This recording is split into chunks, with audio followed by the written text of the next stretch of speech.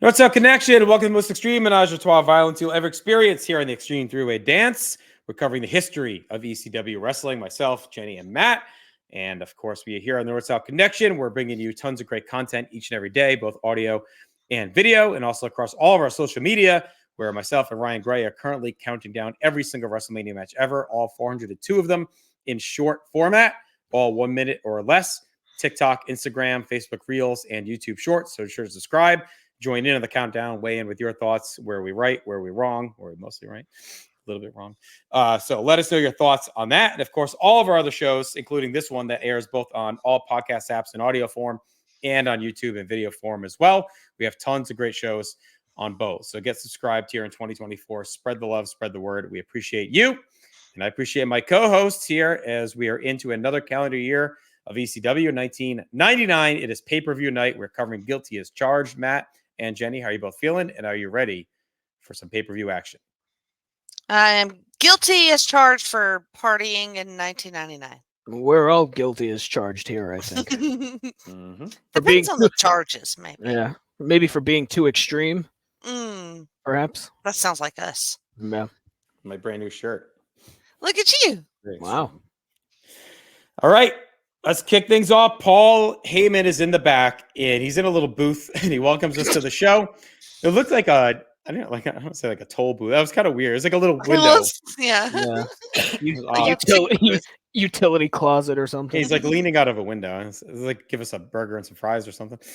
He welcomes us to the show. He thanks the fans that purchased the event to show our gratitude that not gonna be like the other guys that jerk you around. I don't know if you've heard that line before. They'll tell you the truth. The card is going to be changed. Masato Tanaka is not here from Japan to take on Rob Van Dam.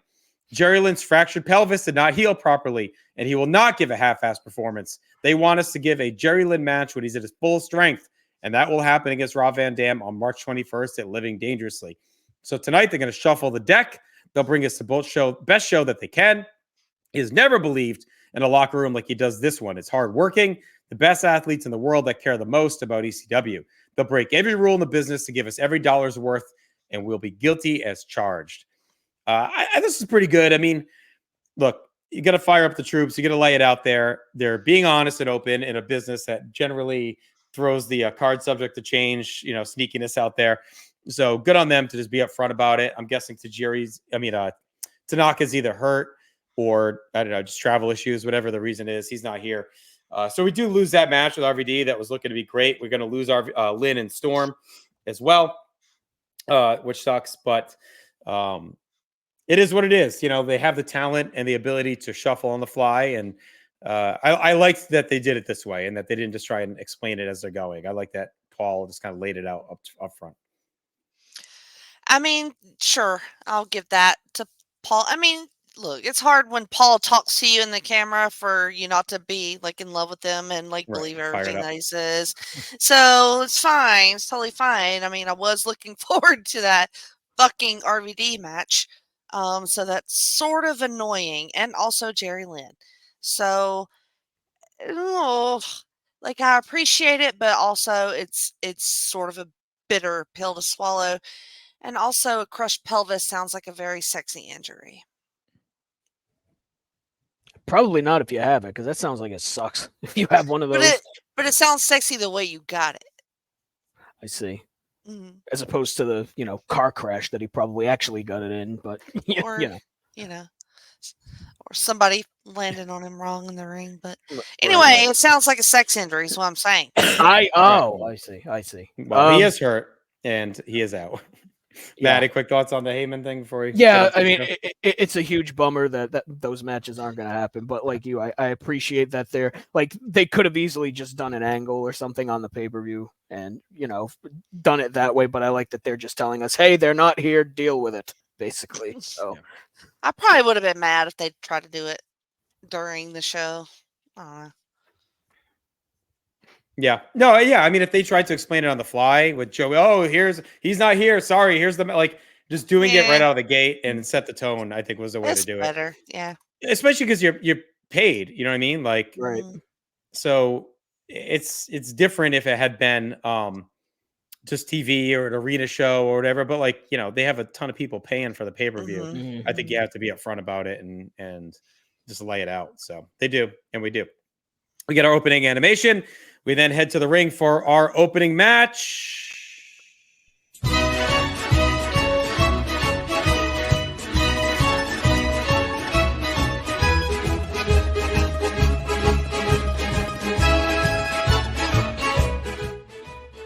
And because it features the full-blooded Italians, it brings us into our Italian lesson of the week.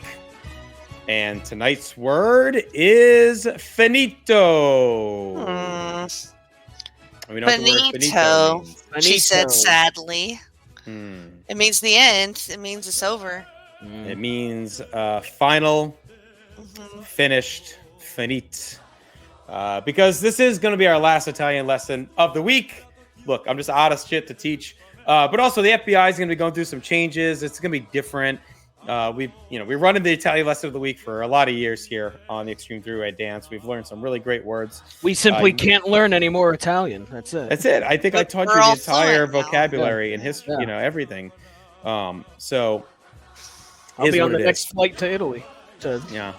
learn all those words. Yeah. Hopefully you all enjoyed the Italian lesson of the week through its history. We'll still play the song, I think, when the FBI comes out. But.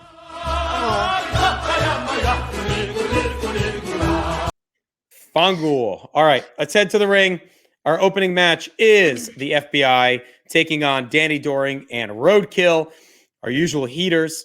The FBI dance to the ring. We're expanding. We got Tracy Smothers. We got Little Guido. We got Tommy Rich. We got Big Guido. We got Big Sally Graziano. The whole crew is here. Doring and Roadkill are already in the ring, ready to go. Joey gives a full explanation of what we have going on. Well done to get rolling. Doring and Guido kick things off. Doring's tights say muffin ass. We get some lockups, some clean breaks, some stalling, and some bullshit. Suddenly, Big Balls hits, and out comes Axel Rotten and Balls Mahoney with chairs. Joey says they're not scheduled for this card, but the crowd is happy to see them. Axel says it looks like a homosexual dance party and says maybe they can turn this into a three-way dance elimination style. Balls and Axel get in the ring. All six guys brawl. Pairing off. Roadkill takes a hard chair shot to the floor as Guido and Doring trade strikes and covers in the ring. We swap around. Smothers and Balls are battling as Axel smashes Roadkill with the chair again. Joey says Axel's the most underrated wrestler in the business. Balls bounces Smothers around the ring and clotheslines him outside. Balls unloads a wild plancha off the top into a group on the ground to a big pop while Axel beats on Roadkill. Roadkill turns the tide. It's an avalanche, but Axel comes back with a lariat. Smothers knocks Axel outside. Roadkill catches him with sidewalk slam. Smothers comes fighting back. Roadkill catches him. It's a power slam and heads up top. Hits a huge big splash across the ring in an impressive leap. Doring and Guido come in. Doring cleans house on the FBI. Heads up top. It's a top rope leg drop. Joey says he calls that the teabag. Doring and Roadkill hit a heart attack on Guido, but Rich breaks up the pin with the flag, and the FBI finish off Doring with a double fisherman's buster in a nice spot. The FBI dump Axel to the floor. They ride Balls to the mat for a near fall. FBI continue to pound Balls, but can't finish Balls off. Axel's back up, heats up, cleans out all the FBI. Balls bounces back, hits the Nutcracker Sweet on Smothers. Axel hits his finisher on Smothers as well. On Guido, I should say, and they both cover to win. Sal and Guido come in. Big Sal and Big Guido come in. They eat stereo chair shots and crumble down. And that is that. So a fine little showcase opener, I thought. Never stopped. Just kind of chugged along. Good call to stick Balls and Axel here to get the pop and bring some energy to things. Jenny went 2 1/4 on this opener. I like this a lot. A lot of quotes from Joey and others. Angry Amish warrior is always good. And chicken plucker. And we had talked about how the tag division was looking kind of slim, and now all of a sudden it seems kind of re-energized. Mm-hmm. We had 3 whole ass tag teams out there doing it, so maybe looks a little better that way. Little Guido, I thought, was like kind of angry in this match. He had a little extra something going on. Like, thought he had some extra snap to him, and also that fucking big ass splash by Roadkill was surprising as hell. I enjoyed that a lot. I like the finish, so I did 2.5, Matt. Yeah, I went 2.5 on it too. FBI, they're always great at opening this show with them in their 8 members or 10 members. It's like the fucking Wu-Tang Clan with the amount of people they have out there now. Good Lord. But it's a fun opener. Like the crowd was red hot for it. We get a you fuck sheep chant from the crowd, directed towards Roadkill at one point, which was certainly interesting. But yeah, it's a really fun opener. Like Rotten Balls have been great. FBI's like perfect in this spot. Honestly, just kind of like what we saw a little bit with Meanie and Nova, how they're kind of perfect. It's like same thing. It's the FBI is kind of made for this spot, and they always kill it with these opening matches. So I went 2.5 on it. Fun opener. All right. Terry Funk is in the locker room. He says his daddy had a jackass that he loved. He cared for it. But one day his dad wasn't looking, and the jackass kicked him in the nuts. So he sent Terry to get a knife, and the dad slit the jackass's throat. And he said, "Payback is hell, son." Terry says Dreamer's just like the jackass. And when he kicked Terry in the nuts using the scumbag piece of garbage, Jake Roberts, instead of him as a tag team partner, he's the one that looks at Tommy like a son. It is payback time. He'll find out how much blood Tommy has in his body as he juices him big time. He hates Jake Roberts' guts. He's a son of a bitch. And Tommy will see that Terry is a son of a bitch too. And payback will come from now until the day Tommy dies. Funk kicks out the cameraman. And I thought, Matt, this is a pretty fantastic Terry Funk promo. Oh, yeah. I mean, that line where he said he's going to find out how much blood he has in that body of his, just a fantastic, you banana nose, egg sucking dog. Just a great line out of him. So I have a jackass. Your dad fucking killing jackasses. What's wrong with your dad? What are you doing? It's not a sport. What's wrong with you? So I mean, just great stuff from Funk's been great during this. He was a little iffy when he first came back at November to November. He's figuring it out now. Since then, he's just been on fire with this stuff. So it's been awesome to see him just lose his mind like this. So I think I said last time that I was feeling very sympathetic towards old Funk, and I was worried about his mental health. But this promo really turned me around on that. Look, it was a classic sort of promo. It was, it had that tall tale kind of thing going on, and he just tells it so perfectly, and it's just amazing stuff to watch. Like it's you can believe it either way. Like it could be real. Yes, I believe his daddy had a jackass. That kicked him in the nuts, and that he slit its throat. And I get how much he hates Jake too, which I feel like was missing a little bit in their previous encounters. Yeah, they didn't really explain that out of the gate. He never really said it, that he was just mad that he picked Jake over him. Like they never were like super clear with that. And maybe that was the goal, was to like make like Terry not want to admit the problem. But it probably would have helped early on with some of it, just to say like, it out. Because his problem is he felt ignored by his protege. And even though he had told Tommy, I'm going to sit it out for a little bit. But it's like he can never stay retired. It's like, don't expect me to stay retired when I say I'm going to stay retired. Right. Yeah, of course I'm not going to. It's like crazy. But it's really helped as far as easing some of my sympathetic feelings towards him. Right. Well, speaking of crazy, our next match is going to be a doozy as Yoshihiro Tajiri takes on Super Crazy. Super Crazy's out first. He's fired up. Joey gives a history of the rivalry, says Super Crazy is one of the few lucha stars that's willing to unmask. Tajiri hits the ring as Joey gives his background. Joey shouts out Mike Johnson and Chris Woodward from OneWrestling.com for the notes of this match. We start with a lockup and a clean break. We quickly go to a flurry of chain moves. Crazy gets a leaping DDT. Tajiri comes right back with nasty kicks and a lethal seated drop kick. Crazy's rattled and dazed. He gets up and charges into a chop. Fights until Tajiri hits 2 stiff drop kicks to the knee. Cranks on the leg. Tajiri knocks Crazy outside. Meets him with a perfect acai. Tajiri levels Super Crazy with a hard kick. Hooks the tarantula.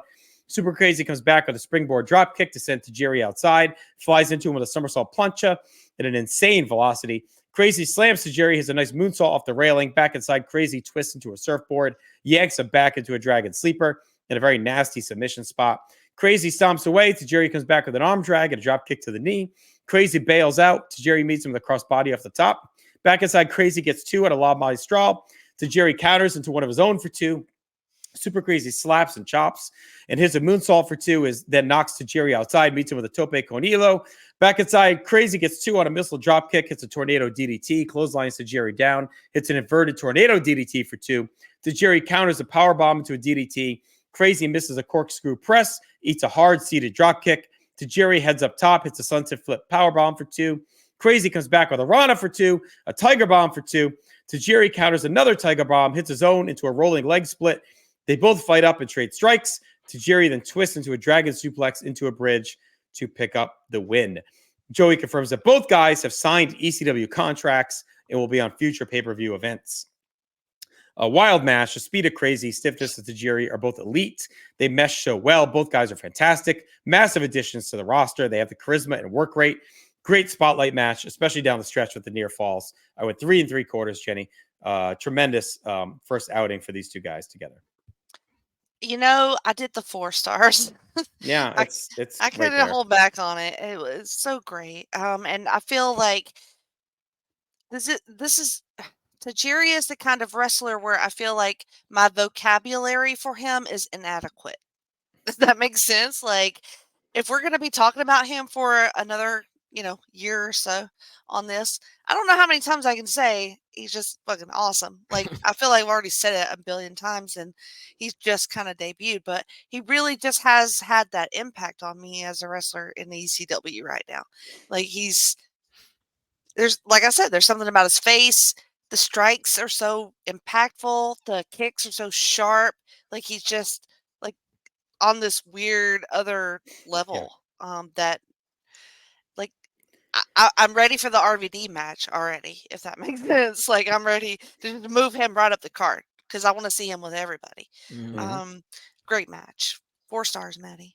Yeah, I went 3 3/4 stars. Fantastic stuff. The pace is ridiculous. I mean, it's a 10-minute match. I don't think they stopped once during the entire thing. Just crazy pace. The moves they were throwing out there too. It's not like they were just, they're throwing chops. They're doing planches. They're diving all over the place. It's fucking great to see. And that finish was fantastic. That spinning bow and arrow into that dragon suplex was so fantastic stuff. And like stuff that, I mean, you were seeing some of this stuff with the cruiserweights in WCW, but not at this pace. Like, they weren't moving this fast. A lot of those matches had like a pace to it, but not like this. I mean, these guys, they're just nonstop for 10 minutes. Just crazy, pardon the pun, crazy stuff. So just a great match here. Give me more of this. Give me all of this. Wrestle every fucking week. I don't care. 3 3/4. Well, I like that Joey called out they had contracts because I think you're assuming some of this pay-per-view audience doesn't get the TV, right? Like, so they may not see this audience again until March. So I like that he calls that out. He's like, listen, they're going to be on other pay-per-views. So if you order it tonight, order the next one because these guys are contracted out. They're not just going to come and go. So, right. That was cool. All right, back to the ring we go. Is John Cronus is here looking crazy as ever. Yeah. Hits the ring. Jeff Jones follows him out. He is dressed up as a judge and says the judge is here. Jones grabs the mic. Joey says he didn't even finish preschool. He couldn't pass a urine test. That was the judge. Jones says in a land where our president is on trial, he's already decided that Bill Clinton is, and this is timely, I guess, guilty as charged.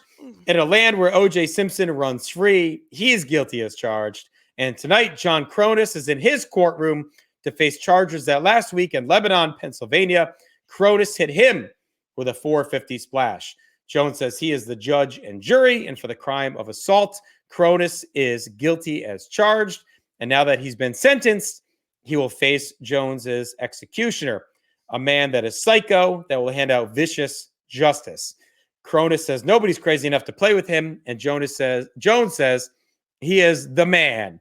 And out comes Sid to a huge pop. Sid gets in the ring, no sells a punch, choke slams Cronus from the apron, or from inside the ring, over the ropes, over the apron, through a table. Sid batters him with a chair, finishes him with a power bomb to a massive pop. Sid soaks up the moment as Joey says Cronus needs a squeegee, which is a funny line. We get just a squash shitty, an infamous Sid moment and reaction. I went 2 stars. But again, Matt, it's more about the moment than the match. This is the payoff to Joey's tease on TV last week about the monster that's coming before he heads to WCW. Yeah, I mean, it's an all-time moment. I think it's funny. It's like, it's a good little example of sometimes of those hardcore smarky fans, right? We see it a lot. So like the type of fans that would shit talk Sid for years for being shitty in the ring and this and that, and then shit themselves as soon as he shows up in their little building. So I thought it was pretty funny when you look at it in that scope, and that stuff like that continues on to today for sure. But anyway, great moment, all time, and I thought they executed it perfectly. 5 stars for me on this now. Right. But just good God, this was fucking great. I mean, that bump that Cronus takes through the ringside table is unbelievable. Just God, just right out of the gate, you're going through this fucking table. Stop me. Like, it's good luck. Just fantastic stuff. Just awesome squash. Sid obviously known for his squashes, and this is probably one of his best that I've seen. So, I mean, I went 2.5 on it, which is probably too high for a squash. But God damn, I love this. I enjoyed the hell out of it. Sid Mark confirmed. Yeah, you're not wrong. I even liked Judge Jeff Jones. Yeah.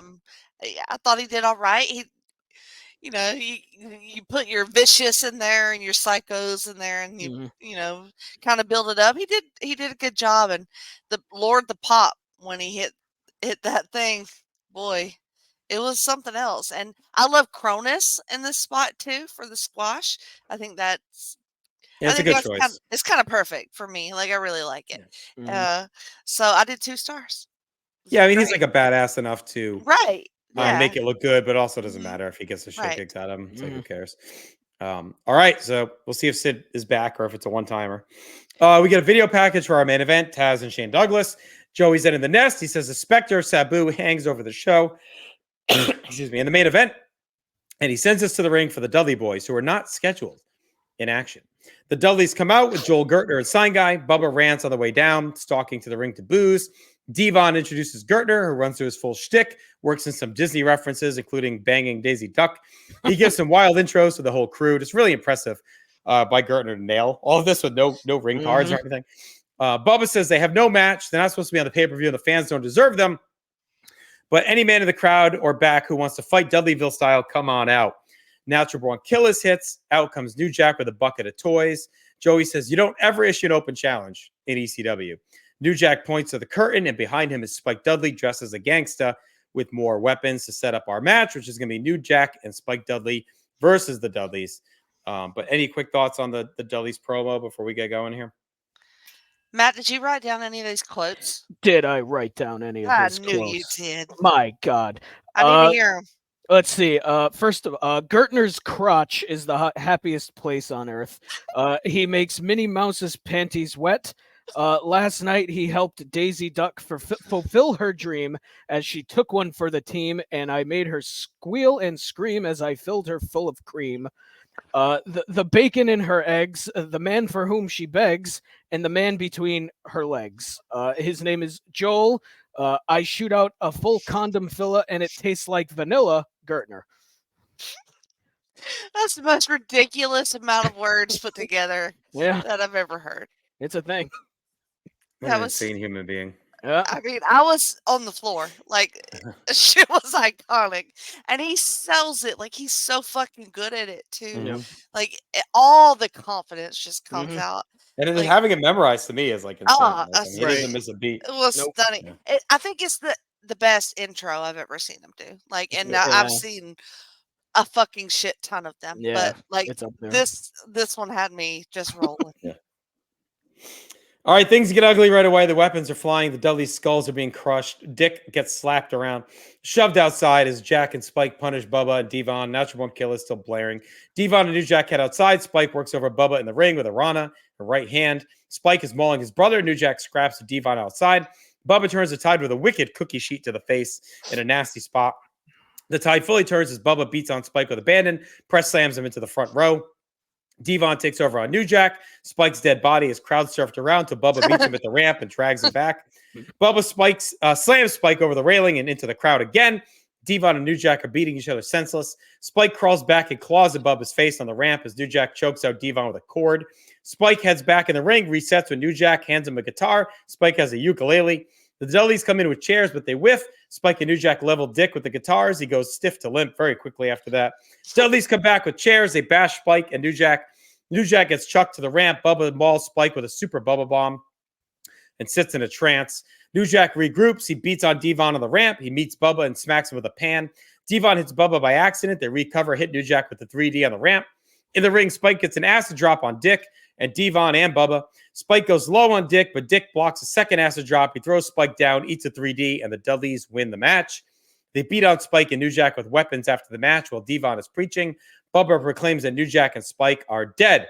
He runs through all the wrestlers they've destroyed and injured and ran off and issues a challenge to the Public Enemy to show up at ECW Arena on January 16th to fight them because no one else can. Fun brawl on par with the usual antics, maybe a little long. Spike looked good and is well used in these spots. This is much better use of him than what we thought we were getting with him in Storm, just like New Jack. Dudleys continue to feel aimless, but they look lethal, and we'll see if Public Enemy show and if that leads anywhere. So Jetty went 2 3/4, pretty much in line with the usual stuff from these guys. Yeah, I mean, typical Dudley stuff, but wow, Bubba was on a certain tear during the match of throwing Spike in the fucking crowd. Jesus Christ. I mean, it was brutal. And they did not bleep out anything, which was weird. Why are they not bleeping out the cuss words? Because motherfucker definitely got through. I mean, I'm not complaining. I thought it was very weird that it wasn't bleeped. Well, pay-per-view, I guess, and Peacock missed maybe. it. I don't know. Yeah. Maybe. Joey says Big Dick came and went. Another Most do. JT-esque line there. Yeah. And I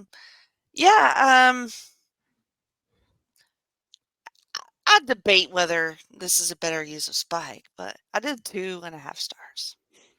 Yeah, I went 2.5 on it. The match almost felt kind of like a backdrop to the post match with them challenging the Public Enemy. Like, I mean, the match was fine, but it almost felt like Dudley's. You could have just had Gertner do his thing, and then the Dudleys just shit on the crowd for 10 minutes and then challenge the Public Enemy. Like, you didn't necessarily need a match here. I'm fine with the match happening, but I don't know that you necessarily needed it. Also, Bubba Ray Dudley, a man who should never not have facial hair. Jesus. Oh Christ. yeah, that was rough. Oh, he did not look good. As a man himself, myself, who should never not have facial hair. Believe me, good. All Lord. men should have facial hair. He needs to grow that beard back immediately. He looked awful, but yeah, I mean, it was a standard one of these matches. Spike looked good. New Jack was doing his New Jack things, which is always great. So I went 2.5 on it. What are the odds of Public Enemy answering this call? No, we'll see. I don't know what their contracts are with WCW. If this is just more bravado, like Douglas calling out Flair type Yeah, of I was stuff, just or... thinking to compare it to that, but it feels like a Bobo version of that. All right, Joey's in the nest. He reiterates that they're working to find a replacement for Masato Tanaka to take on Rob Van Dam tonight. We then get a Rob Van Dam video package. Back to the ring, Lance Storm and Tammy Lynn Bitch strut out, confident as always. Storm grabs the mic, says there's no three-way dance. Despite Dudley already took a beating he was going to give him anyway. Lynn is backstage crying about his cracked pelvis, so he's now freed up for bigger and better things. Storm says the only thing better would be having a belt on his waist. So if Rob Van Dam has the guts, he wants a title shot. As good a choice as any, I think, to get out of this. RVD gets his usual big pop, heads down with Fonzie. He's got his belts. RVD chugs some water. Joey says Fonzie's arm has been shattered. He's got screws in it under the cast. RVD and Storm talk trash. Storm pushes RVD in the face. We get going with a quick flurry. Storm goes to the eyes. He slugs away. RVD comes back with a drop kick. RVD cuts through Storm as Fonzie goes at Tammy, leading to Storm getting tied up and RVD hitting with a guillotine leg drop. Storm shoots RVD to the railing. RVD comes back and puts him over bent on the railing, hits a leg drop off the apron. RVD kicks and punches away, shoots Storm hard to the post. Back in the ring, RVD hits a gourd buster for 2. Storm dodges a backdrop, gets 2 on a super kick. Storm gets to work with a jawbreaker, a hard clothesline, elbow, and a low drop kick. Storm peppers away, knocks RVD off the top during a springboard, knocking him to the floor. They battle outside till Storm gets dumped in the crowd. RVD meets him with a springboard somersault senton. Storm recovers with a DDT on the floor. RVD punches his way back into it. RVD tries to spring off the railing, but Storm drop kicks him back into the crowd, flies into him with a springboard high cross body. We get back in the ring. Storm crotches RVD on top, tries a super back suplex. but RVD flies through onto his feet, follows with a corkscrew leg drop. RVD takes Storm down, twists him into a surfboard, releases and hits a senton for 2. RVD stomps away. Storm hits a springing back elbow for 2. Follows with a cartwheel clothesline into a series of counters around a Van Daminator, ending with a stiff Storm chair shot. Storm picks the chair up. RVD pops up with a quick strike Van Daminator, knocking Storm to the floor. Fonzie tries to pick him up, but he's out cold, so RVD follows and drags him into the ring. Tammy ties up the ref. Storm wakes up and kicks RVD in the balls after playing possum. RVD survives, dodges a spin kick, and hits his own. Tries a Van Daminator. Storm ducks, and the referee eats it instead. Storm tries his own Van Daminator, but no ref there to count. Tammy tries to wake up the ref as Fonzie comes in with a chair. Storm blocks him. RVD gets a super Van Daminator for 2. Tries the 5-star frog splash, but comes up empty. Get a series of pin covers and counters by both into a bridging German by RVD for the win. Great as you would expect, especially since they had to design it on the fly with all the changes. Storm looked even to RVD, continues his hot streak. RVD's rolling at an elite level. RVD guts out a pure match against Storm. It's a big notch for him. And Storm takes a loss that won't hurt him in any way. And even got a visual pin. Just 2 studs on the roster. 3 3/4, Matt. Yeah, I went 3.5 on it. I enjoyed this match a lot. RVD, again, on an unbelievable tear. He's incredible every time he goes out there. I like that they started slow. They gave this a lot of time, which I think was great for these two guys. There was one part where Storm hit like a reverse DDT on the floor, and the thud it made was just disgusting. Like just the back of RVD's head. Just good lord. There's another concussion. I will say it was a little bit sloppy at points, but I think they were able to overcome that. And I did think the finish was a little weird. Like I think I would have ended it with the top rope Van Daminator rather than just do that weird like pinning combination German suplex thing at the end. It was like one thing too. They tried one tease, one. It was one thing too. Like if this match ends with the top rope Daminator, I think it's a much better finish. But I mean, as it is, it's still a great match and another great title defense for RVD. So I don't know, he's on an unbelievable tear, like I said. So 3.5 for me, Jenny.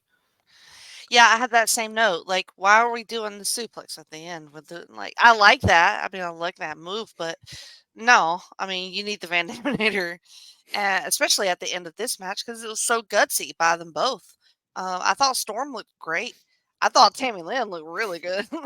But anyway, like RVD, like y'all both just said, just another level type right now. Just never fails to put on incredible matches. We've seen it week after week now, and just add another to his list. And I wanted to bump it up to the 4, but I did wiggle a little bit at the end, so I did the 3 3/4.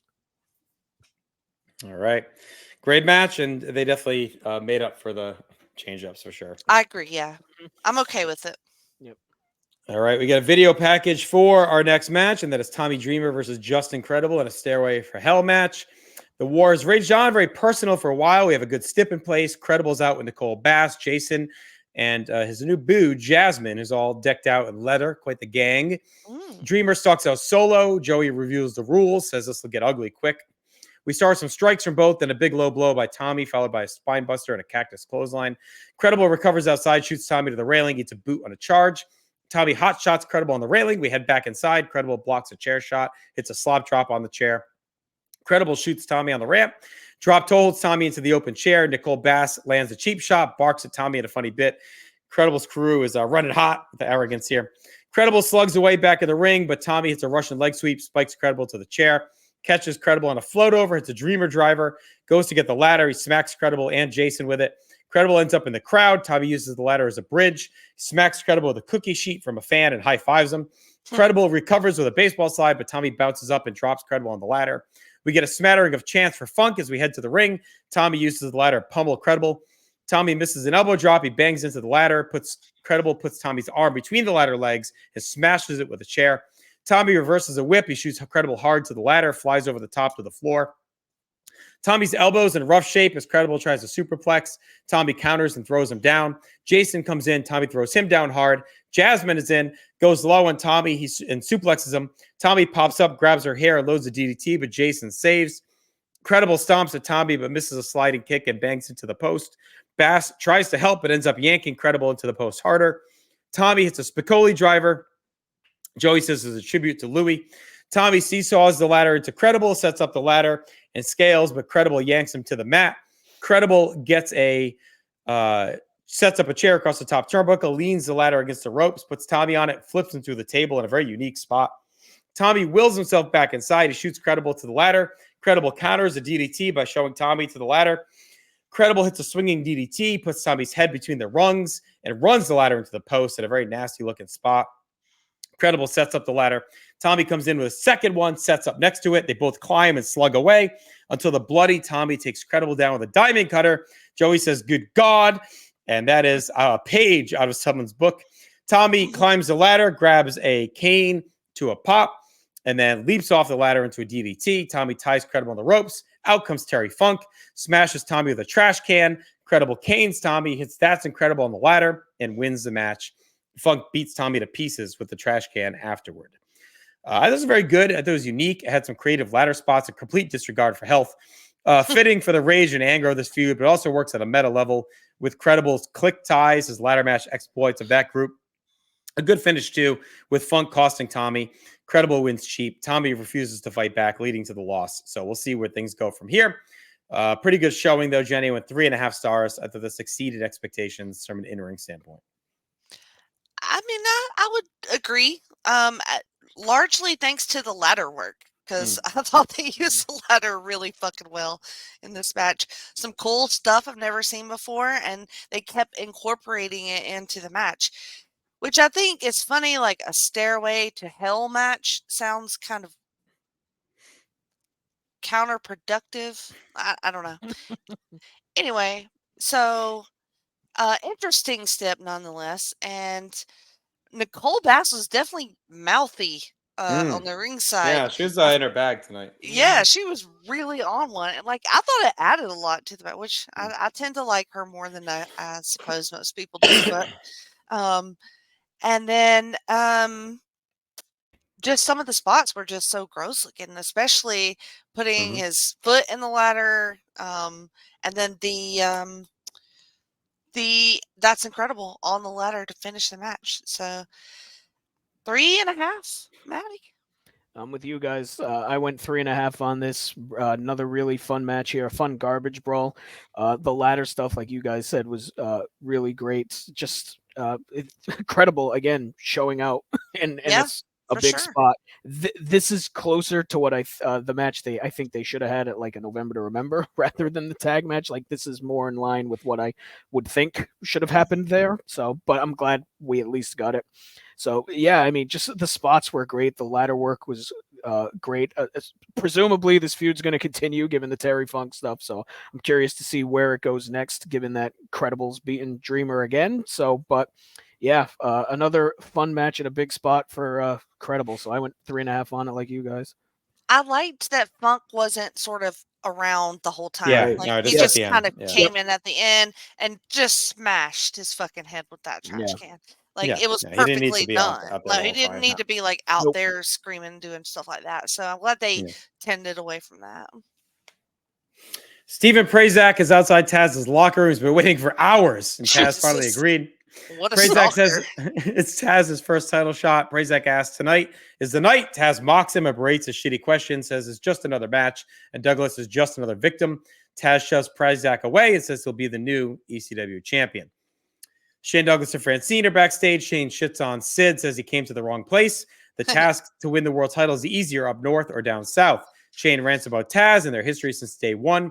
Vows he'll leave tonight with the belt he made, and he won't give up. And Taz can move on to other things. Shane calls Taz a bitch and is adamant the belt is his. Any quick thoughts on those promos before we get to the main event? I'm nervous. Taz asked Prazak if he sells toothpicks for a living, which is a great line. It does look like a salesman. He's like, all right, to the camera, Mike, me, we don't need you. Tosses him out. But yeah, like to me, it's pretty telegraphed what's going to happen here. But also, I feel that weird nervous thing. We need Maddie in the house back. Yeah, we do. Main event time as Taz challenges Shane Douglas for the ECW World title. Taz marches out. The lights dip down. We get an orange spotlight. Shane and Francine are out. Confidence brimming. We get a stare down. Shane running his mouth. Taz standing stoically. Joey talks about Shane's litany of injuries, both guys' resumes, finishers, setting the stage for any new viewers. We get some feeling out, and Shane works some quick pin covers to start into a stalemate. Taz tries to grind through, but we keep breaking and resetting with Shane slipping free. Shane lands some punches and kicks. Taz comes back with a head and arm Tazplex. Shane goes to the floor in pain. Shane returns and kicks away, uses the cast to choke and hammer on Taz. Taz catches Shane on a float over, snaps him down with an Alabama slam, knocks Shane outside with a lariat. He follows out and unloads, but Shane shoots him into the railing and flips him to the crowd. Shane follows out. They brawl through the fans up the bleachers with both guys landing punches. They end up in the concourse and slugging away at each other there. Shane is busted open as they battle back down through the fans until Taz throws Douglas onto the platform in the back of the crowd. We get back to ringside where Taz shrugs off Shane's strikes, comes firing back, but Shane shoots Taz through a table that was leaning in the corner. Shane starts to work the neck. Taz is bleeding. Shane grabs a new table, sets it up in the corner. Taz snaps Shane through with a T-bone. The lights go out, fireworks go off, and out comes Sabu. He stands in the sparkles in his signature pose. Sabu flies in. It's a double springboard clothesline to both and cleans house. Sabu's music is blaring as he cleans house with a chair, hits a springboard moonsault to the floor. Sabu sets up a table bridge and puts Shane through with a triple jump leg drop to a big pop. Sabu sets up another table, puts Taz through with a big splash. Shane crawls in and covers Taz for a near fall. In comes Francine. Shane is calling out the triple threat, but Joey says there isn't more triple threat, and Shane is delusional. In comes Tammy to check on Shane, but Francine shoves her away. They argue.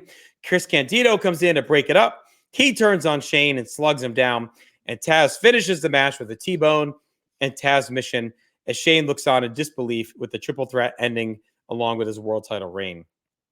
And a good pop for Taz. I thought they did a good job making this a good spectacle. It was obviously limited due to Shane's injury, so they had to keep it basic with the bells and whistles. Couldn't be much of a grinder. And Taz's goal is what it is anyway, so it works. The crowd loved it. We don't get a lot of long-form brawls through the crowd, just usually quick trips, so that was different. Mm-hmm. Sabu's energy was wild. The crowd was into it and really amped up the match. Had a big match vibe to meet the moment. And while it would have been cool with Taz just to win or no bullshit, I thought it was fine having Sabu show up. He's been such a big part of the story, and it worked to make the move to a new era. I thought Candido's turn didn't make a lot of sense. We didn't really get any reasoning why he would suddenly turn on Douglas at all. Like, just give us some hint somewhere would have made sense. I do like Douglas losing everything. Like, that to me makes sense, that the triple threat's dead, title is gone, his reign of terror is over. But give us like a hint as to why Candido would do this here in this night. So Jenny went 3.5 stars. I thought they did a good job of making this a moment and a spectacle and a shit show, fitting to end Douglas's reign and give Taz the belt that we've been waiting for a while. Very big match feel, like you said. I loved the crowd brawling. I wasn't expecting that, especially not that intensely, because they were swallowed by the crowd. Like, you couldn't even get the cameraman in there for some of it. And they spent a lot of time outside of the ring in the crowd, but I thought they did it really well. Like, it was sort of like, it felt like, oh no, it felt like a pageant girl's last walk as the queen, right? It's like Shane's last crowd brawl. Like, I don't know what happens to Shane. I don't know if he stays around. I don't know if he leaves now. To me, this felt like a real good goodbye for Shane. But my thought was, like, I can't wait to see what crazy Chris Candido promos we're going to get now to explain his turn. That is my assumption that we will get those, but we may not. I don't know. So yeah, some explanation would be good. I would prefer it maybe during the match or after. But I suppose that's something to look forward to. I liked Sonny and Fran tying it up. Fran did the fucking spear like a queen. She nailed it. That was so great. Sabu was perfect in this. He looked amazing. The pop was awesome. And yeah, he should definitely be a part of this. He was such a fucking madman when he came in there, like he always is. Like, he's incredible. And I like the build to this match because you got a couple of different stages of it. You got some like chain wrestling and stuff like that in the beginning, and the great crowd stuff to just madness by the end. So I like that he didn't tap out and that he made the ref raise his arm. I I just kept saying, "Don't tap, don't tap." I just didn't want it, and so I'm super happy they didn't do it. 3 3/4 stars, Matt. So I've changed since I've watched this. I've changed my rating on this like 8 times because Really? I cannot. I mean, I'm still debating what to rate it, and why I keep changing it is because the stuff that bugged me in this match really bugged me. Like the biggest thing was the Candido thing bugged the hell out of me. And it bugged the hell out of me because one, like JT said, there was no explanation to it. Like it just kind of happens out of nowhere. He just shows up and I guess all right, I'm gonna turn on Shane now. It's just like it feels random to me. But the main thing about it is I didn't like that it led to the finish and it led to Taz winning. Because I feel like that doesn't help Taz any. That Shane only lost because Candido punched him in the mouth. You know what I mean? I'm all right with it. I think this is one case where you can assume Yeah. Taz is going to win either way. I mean, Yeah. like it was pretty obvious he had him beat Seb and it almost offsets Sabu a bit. My biggest issue is that it just comes out of nowhere. I do like the end of an era feel to it. Like this is the end of the triple threat era, the end of Shane as a world champion. The end of Tammy and Chris, maybe, who knows? But whatever it is, it's like this feels final, and it feels like we're finally moving on to like Taz's ECW, and going from there. But I don't disagree with you. I think I could have done without the Candido thing. Maybe a better way would have been like Shane is in the Taz mission. Candido comes down the aisle and Shane reaches for him, and Candido flips him off and walks away. Like maybe something like let him be trapped in the Taz mission versus hitting him. But I mean, like the stuff I liked in this match, I really liked. Like when it was the two of them just doing their thing, I thought it was really great. And I didn't mind you had to have Sabu a part of this. Like there's no way you couldn't. So it makes sense that he comes out and just wrecks shop on everybody. Yeah. Awesome. I like that. I thought that was great. So, I mean, I landed on 3 1/4 for this, which I mean, listen, I didn't like the Candido thing. Yeah, no, you didn't. All right. But I mean, it is still it felt like they needed to do the title change here, so it makes sense. You had obvious. You couldn't delay it anymore. You've already delayed it enough as it is. You had to switch the title here, so we're finally getting Taz's world champion, and it feels like a new era across the board. Super Crazy, Tajiri, Tanaka, Storm. Everything feels like okay. It feels like a major. Like we get these shifts every year and a half or so in ECW, and it feels like we're due for another one now. So we'll see how it's presented and how it rolls on. But all right, Taz is finally champ. Let's get to our awards here. Best match, I had RVD and Storm, even though I had a few kind of tied around the same score. I did Tajiri versus Super Crazy. Same. Crazy Tajiri for me. All right, worst match, I'm with the opener, the FBI, Doring, Roadkill, Rotten Balls. Yep. Which is still pretty good. I had Sid and Cronus just. How dare you? Yeah. I know. Sorry. Best moments, I was Sid's arrival and then Sabu showing up with a crowd just like loses their mind and he comes flying out there. I like both of those a lot. And fireworks. Fireworks were great. I think the Sabu thing could have been something we didn't like if the energy and execution wasn't so good. I think that they really made it. He had something special. Was he wearing the belt? Was he wearing the FTW belt? I don't remember. I don't either. I got it on. I'll wait until he comes out. Most 90s, I went with Sid showing up randomly in a Sid Squash 90s. Yep. Stock Rising of Funk, Tajiri, Crazy, Sid, Bubba Ray's Body Mass Index, Rob Van Dam, Storm. Credible. Yeah. Stock Falling, I would pour Big Sal and Big Guido's brains. Just getting scrambled in that opener. Cronus and Spike. Bubba's beard. Yeah, Bubba's beard. Bubba's health. All right, final grade. This is a great pay-per-view. I went 8.5 out of 10. I mean, you had a lot of great matches. The low-end stuff was still good. You had the Sid moment. You had the world title change. They really did a nice job of readjusting on the fly and paying off. So, we're in to me, we're in a surprising little hot streak in December and into this pay-per-view here. We'll see if they continue on to the next one, but I thought this delivered. I think if you order the show, you're pretty happy, even with all the changes. Yeah, I gotta admit the changes that they implemented did not hurt the show, I don't think. And No. part of me wants to say it could have been a good 30 minutes shorter. But they really leaned into all the intros and like the video packages. And so the length I felt like was an issue for me. Like, definitely could have cut the fat on this shit. Like, the recapping was a little bit intense because we just sat through a recap show on your TV. So, like, yeah, but don't forget, this audience is different, right? Because you're not going to have a lot of people maybe ordering the pay-per-view don't see the TV weekly. So I look at this almost like Saturday Night's Main Event used to be. Like, you have to assume it's a different universe than what you normally play to. I think that's why Joey does so much explanation.